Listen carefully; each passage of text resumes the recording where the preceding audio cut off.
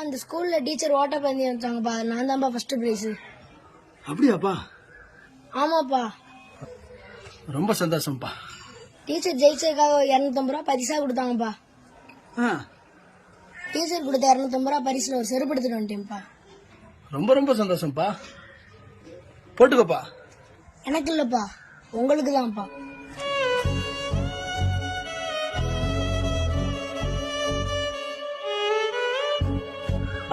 போட்டுக்கோப்பா.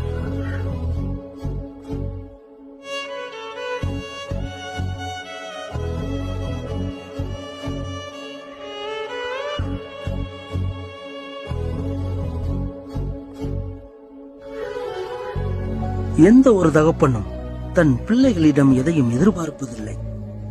இது போன்ற தருணங்களுக்கு தகப்பனின் கண்ணீரே காணிக்கை.